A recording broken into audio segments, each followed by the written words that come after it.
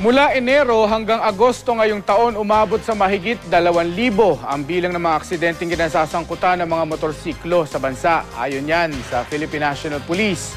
Nitong weekend lang, 3 magkakahiwalay na motorcycle accident ang nangyari sa Ilocos, Bataan at Iloilo. Isa naman taga Pangasinan ang nabiktima ng hit and run. Makibalita tayo kay Roland Umangay ng GMA Dagupan. Sa isang kalsada sa mga Tarem, Pangasinan, namatay ang hindi pa nakikilalang lalaking ito na nabiktima ng hit and run.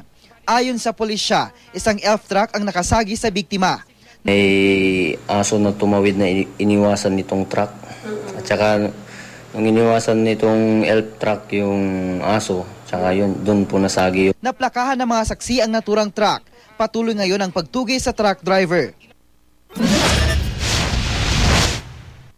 Nasawi naman ang isang rider ng motorsiklo sa Badok, Ilocos Norte matapos niyang makabanggaan ang isa pang motorsiklo.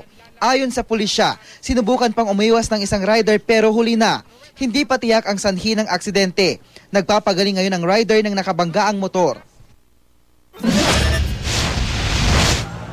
3 naman ang sugatan matapos ding magbanggaan ang 2 motorsiklo sa highway ng Orion, Bataan.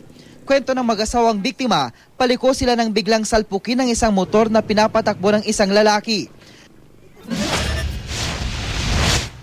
Nadat na namang nakahandusay sa kalsada sa Iloilo City ang lalaking ito matapos bumangga ang kanyang motorsiklo sa isang taxi. Ayon sa mga saksi, nag-overtake ang biktima sa sinusundang sasakyan. Ang overtake niya, wala sa talupangod nga sunggo na sa gisamo. Nagpapagaling ngayon ang biktima. Roland Umangay, Nagbabalita, Pilipinas.